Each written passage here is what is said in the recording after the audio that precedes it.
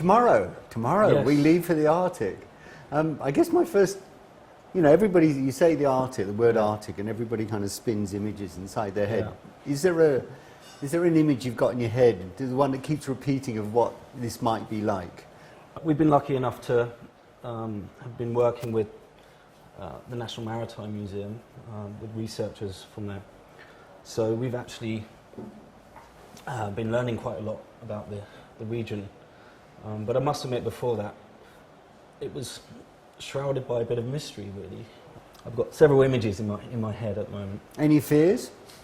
Well, the one image that fills me with a little fear is the cabin, claustrophobia, living out of a bag in a very enclosed space, and storms. One of the scientists, has to go to the Ice Age in order to do the surveying she wants to do.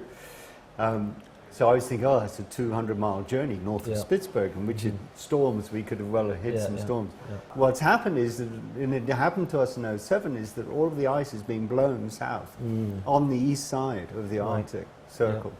And at the moment, the ice is right on the top of the islands. Wow. So we're going to probably be punching through broken ice. Right. So the ship crew they're going to need their wits about them.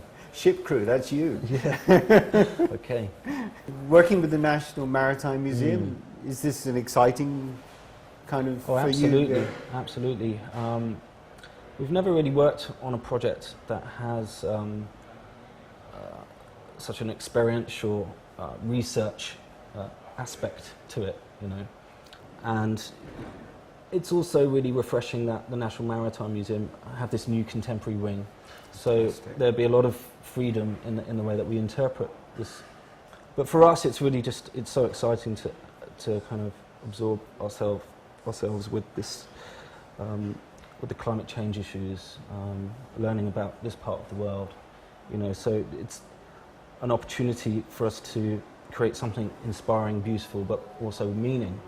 Working with scientists in the field, I mean, most people just see scientific information.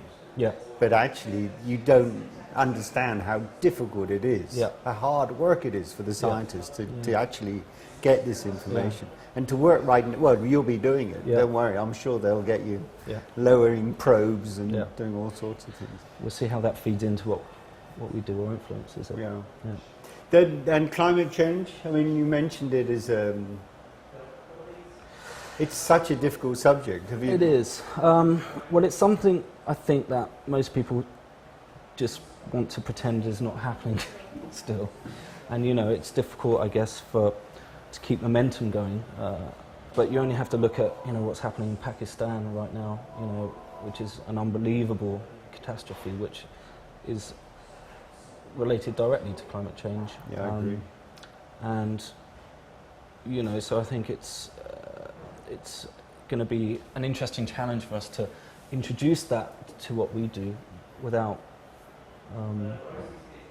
patronising or being preachy to a younger audience, and really making them interested about these issues through embracing them in a very visual and emotive way. That's what I'm Great, Matt. All right. Take care. Nice one. And see you in Manila. Yep.